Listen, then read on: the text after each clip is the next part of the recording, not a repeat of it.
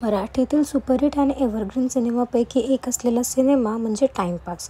या सिनेमातील दगडू आणि प्राजूची लव्ह स्टोरी प्रेक्षकांना भावली होती.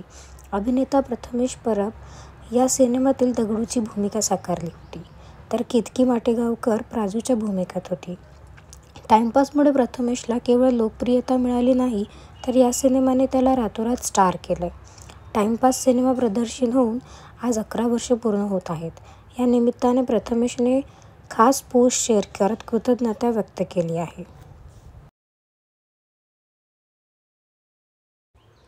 ही तो बघ दगडू.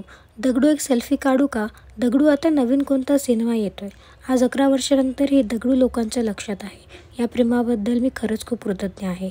माझं आयुष्य 360 ने बदलणारी एक संधी, एक व्यक्तिरेखा आणि त्यानंतर माझ्या आयुष्याचा झालेला अविभाज्य भाग. एखादा सिनेमा हिट झाला तरीही हा दगडू मला आठवतो, किंवा एखादा सिनेमा फारसा चालला नाही तरीही सिनेमा हिट झाल्यावर टाइमपासच्या वेळेस हाऊसफुलचे बोर्ड्स आठवतात. आई बाबा आणि साईबाबा शपथ, असंच काम करत राहा, असं म्हणत दगडू माझं कौतुक करत असेल हे जाणवतं.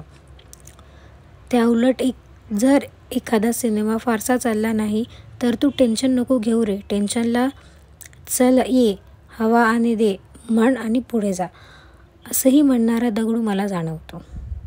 असं म्हणत दगडूने ती पोस्ट शेअर केली आहे.